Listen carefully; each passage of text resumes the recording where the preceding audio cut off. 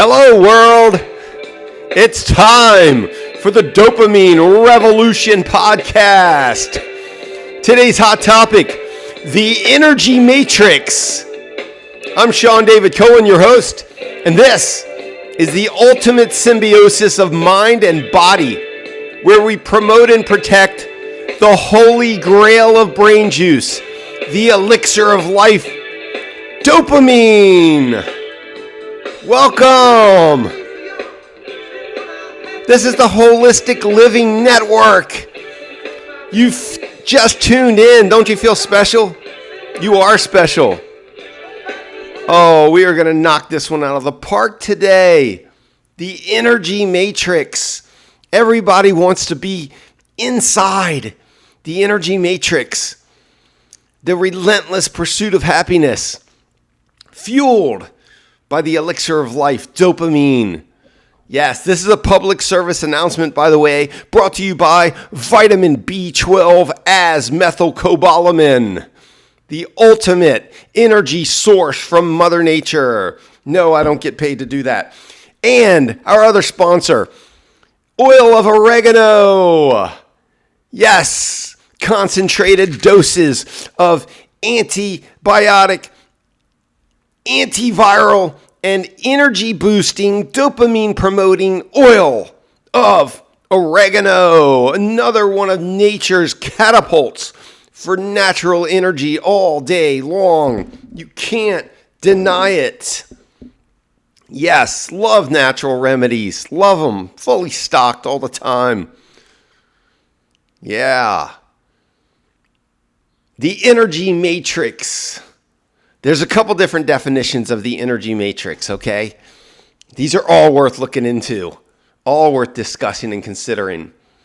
In biology, the matrix refers to the material surrounding and supporting cells, often called the extracellular matrix, or ECM.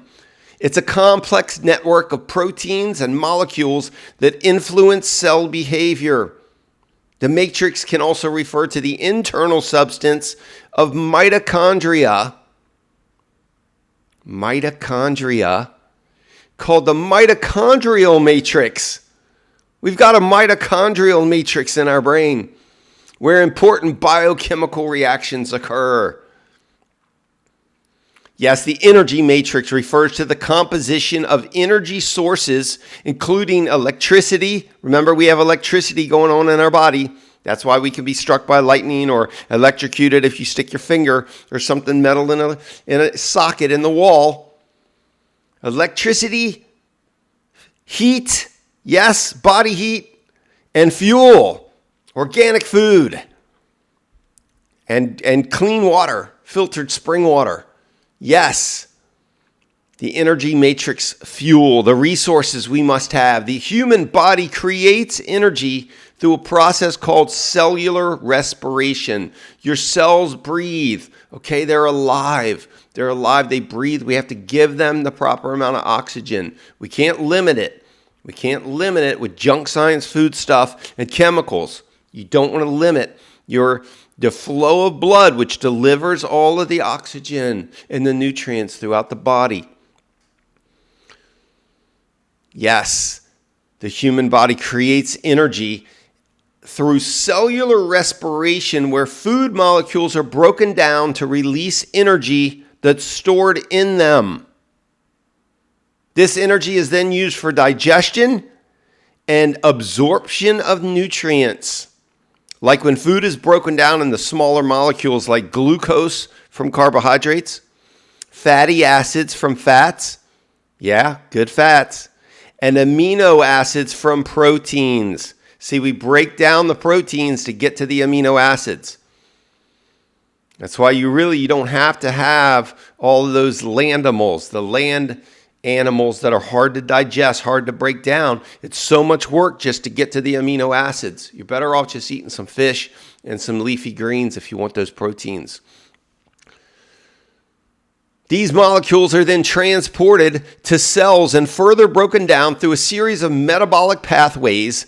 The main stages are glycolysis in the cytoplasm, the citric acid cycle and oxidative phosphorylation, both in the mitochondria, in a process called cellular respiration, blah, blah, blah. All right, it gets a little too technical there, but what we're looking at is mitochondria having a major function for us having energy.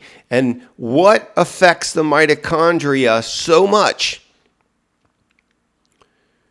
are preservatives in the foods. Okay, American foods are preserved like crazy to be able to stay on the shelves at the stores for weeks or months without growing mildew and fungus and all this stuff that funks it out and ruins the flavor and the color and makes people sick. So they want to preserve it. And one of the big preservatives is sodium benzoate, which eats away at the protein coating, the myelin sheath that protects the mitochondria. I've done a bunch of research on this over the years. Sodium benzoate, you find it in carbonated drinks, almost all the sodas, jams and jellies, fruit juices, pickles, salad dressings, condiments, all kinds of condiments, that whole row. So the whole corporate aisle that has all the condiments and the pickles and the salad dressings, that entire row, almost everything you find that's jarred or canned in that row is going to have sodium benzoate, okay? That chokes out your mitochondria. It chokes them out. It dissolves the protein coating, and then they experience what's called apoptosis, which is cell death or cell suicide. So the cells get choked out and they die. And it wrecks your energy. You find sodium benzoate in a bunch of sauces and tomato paste also. So it's all over the place. Sodium benzoate. This is why I always say you got to flip over the product you're going to buy, and you got to read the ingredients. You got to go through it. Rule number 1, if you can't pronounce the ingredient, don't buy it. Don't buy the product. Because everything in Mother Nature you can pretty much pronounce and read. And you know what it is most of the time. But sodium benzoate, if you see those words, just set the product down. You don't want to be lethargic, right? You got to work. No matter what you do, whether you're working at a job or you're taking care of 3 kids at home, or you just have to take care of your home and your belongings. It's a job, and your yard and yourself and your babies, your loved ones. It's a job. Life's a job. Get used to it. Have the energy to do it. Be excited about it every day. Not dreading it. Not dreading it. Have fun doing everything. Everything you do, because you got lots of energy to do it. Then there's energy storage in the matrix. The body has the ability to store excess energy primarily as glycogen in the liver and muscles and fat in adipose tissue. So we store extra energy. It's like a storage unit in the body. So when we've run out of the sugar or whatever you ate for your energy, all these Americans sucking down tons of sugar and then hitting the nicotine fix. If you smoke a pack of cigarettes a day, you're smoking about every half hour to 45 minutes. If you vape, if you've noticed, people that vape nicotine, they hit that thing like every 15, 20 minutes all day long. You just vape, vape, vape, vape, vape. They got to have that energy because they don't eat well. They know they're taking in the drugs. They know sugar's a drug. They're sucking that down, the sweet rolls, and they're putting, the turbinado at Starbucks, it's like 3 inches of turbinado, and then they put some coffee and some Cool Whip on top. Unreal. Dopamine is essential for smooth and coordinated movements.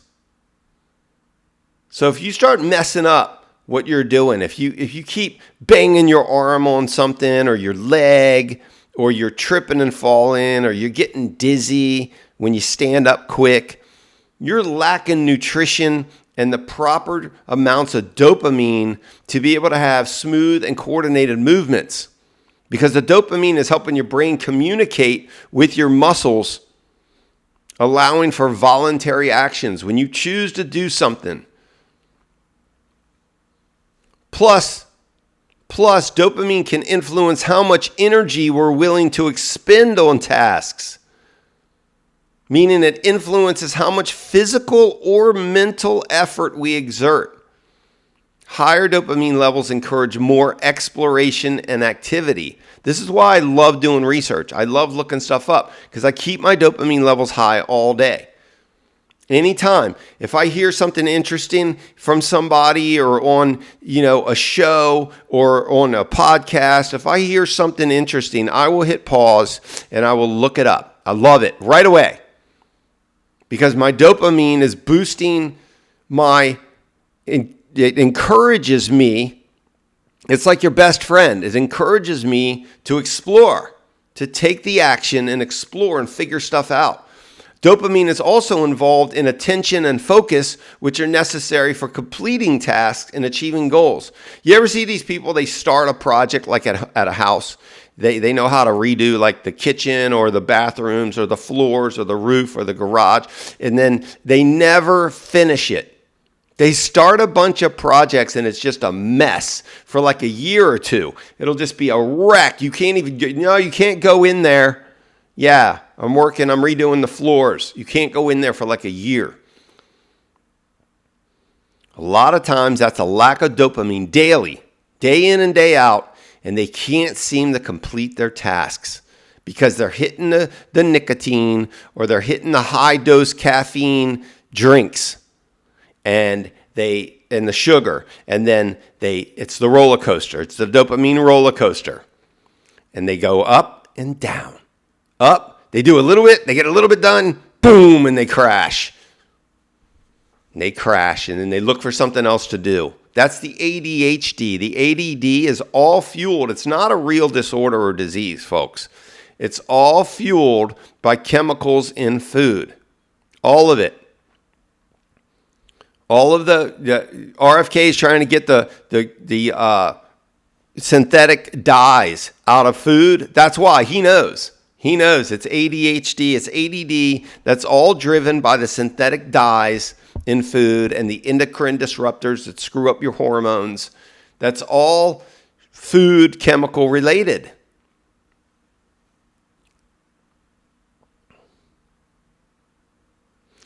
Executive functions. Let's talk about executive functions for a minute because dopamine plays a crucial role in regulating executive functions, okay? Now, this takes a lot of energy. This is mental energy, folks, okay? This is part of the energy matrix. Executive functions. Executive functions are a set of cognitive skills that help people manage their thoughts, actions, and emotions to achieve goals. So when you feel frustrated, when you feel like you can't do it, and it's something that a goal you set that was totally reasonable, totally within your ability, and you just can't seem to get there, it's a dopamine problem. They're essentially a set of mental processes that allow us to plan, focus attention, remember instructions, and juggle multiple tasks successfully based on your dopamine levels. So multitasking, right there, multitasking. I had my first good job in the real world. I was selling homes, managing manufactured homes, and they made me the manager after 1 year. And I had never run a business before. And I had to multitask like a mad dog all day long. So I had everything organized all around me, and I would be juggling. I'd be on the phone. Salespeople would be coming in my office asking me questions. New customers coming in trying to ask questions. People looking for stuff. People wanted stuff priced. They wanted a contract to sign so they could buy what they wanted to buy. I had to look up, pull credit, do the funding for the homes, call the banks, call the underwriters, call the processors, organize everything at the business. I multitasked all day long. However, it gets frustrating when you eat junk science food stuff. And we were going to Burger King. This is way back in like the late 90s before I had all this figured out. And we were going to Burger King in the morning and getting croissants. And then we were going to the grocery store at lunchtime and getting fried chicken and mashed potatoes. So I had the junk science food stuff dampening my ability to engage all of these executive functions. And sometimes it would be overwhelming. You're at it for 11, 12 hours a day as a manager, and it can be overwhelming. Or a school teacher can be very overwhelming very quickly. You need those dopamine levels high. And then you're fine with it. Then you love it. Then you're doing it, and you have your downtime sometimes. And then it gets busy again, and you're ready. You're like, let's go. What do you got? What do you got? You got a question? You got a question? Oh, you need that? You need that? And you're all over it. And if it's a commission-based job, you become a high roller. You are making the money, and other managers start asking you. They're like, what are you doing over there? What are you doing over there? I heard you just made da-da-da-da-da, some kind of sales quota, blowing it out of the water. It's hilarious. Yeah, executive functions include working memory, cognitive flexibility, inhibition, planning and organization, self-monitoring, what I'm talking about, what I was just talking about, and reasoning and problem solving. So it takes a lot of energy. When people think of the word energy, they immediately think of actions, physical actions that you're doing, like working out, exercising, or handling a bunch of stuff with your body. You think of that. You think, oh, I got to vacuum the house. I need energy. But mental energy is half of it. It's just as important, if not more important, because we're not working out all day. The average person's working out 15 minutes, 20 minutes, maybe 45 minutes if you go to the gym. That's the average person. Even with cardio, you're doing like a half hour on the treadmill and then like 15, 20 minutes with some weights or pulleys. I mean, the average workout isn't that long. And then what else are you going to do? You may go for a brisk walk when you get home for 15 minutes or walk the dog. You're not, the physical activity does not engage the majority of your day. The majority of your day is mental function, and that is energy-based. That's in the energy matrix. That's part of the energy matrix. Okay? Now, there's a bunch of other chemicals besides sodium benzoate. They're going to screw up your dopamine. They're going to go inside. When you eat them, they're going to go into your blood, your digestive tract, and then they're going to get into your blood. Some of them are going to cross the blood-brain barrier. Some of them are going to go through, most of it's going to go through your liver and your kidneys, which produce the majority of your dopamine. And they're going to go in there, and if they've got chemicals, it's going to deplete your dopamine supply. The storage, your energy storage unit is going to get wrecked.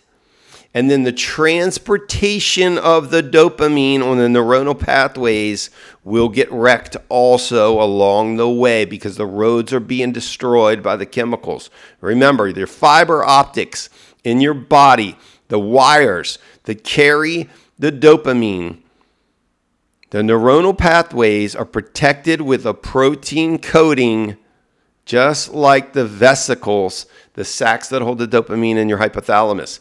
And the chemicals in foods, I'm about to go over a few so you can start reading the ingredients. I know you guys are getting better at this because I've been doing this for like 6 weeks now, this podcast. If you've listened to 2 or 3 or a handful of them, you're getting used to looking at ingredients. I know you're looking for canola oil, first of all. You know that's my kick. And added sugars. All right, so here we go. Phthalates, P-H-T-H, A-L-A-T-E-S, phthalates. They'll screw up your mitochondria, your dopamine. Sodium benzoate. Arsenic. Sometimes chicken has a high arsenic content. And water, and tap water. That's why you want a good filter. BPA, okay? Bisphenol A is BPA, bisphenol, with a pH in it. Okay, that's in a lot of plastic containers, including water bottles. and a lot of cans. The lining has BPA, bisphenol A. Look for that if you're buying any canned foods. Even if it says organic, you might want to double check. I don't know if USDA organic allows BPA. They probably don't, but they have. People are skirting their guidelines. Corporations are skirting their guidelines as much as possible to pollute the organic food industry. So you got to look out. You got to look out for yourself. And then pesticides and herbicides will wreck your dopamine. They'll wreck your energy complex. Your energy matrix will be incapacitated or decapitated by pesticides. And this is why we don't eat GMOs and conventional produce. You want organic produce.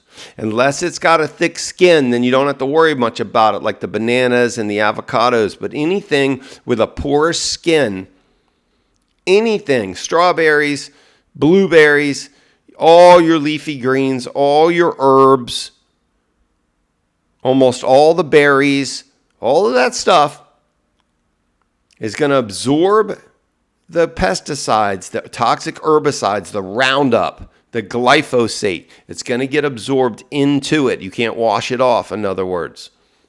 You got to look out for that. The energy matrix. I love it. Protect your dopamine, protect your cleansing organs, protect your brain cells, protect your neuronal pathways. Don't eat chemicals, folks. Eat clean. It's so necessary. It's so important. It's time to wrap it up. We're at the 22-minute mark. That's a happy amount of time to do a podcast. I like it. Not too long, not too short. Very informational. Very informative. The ultimate goal. Boost your executive functions. The energy matrix. We're inside of it. We are the energy matrix. Human beings, aren't we amazing?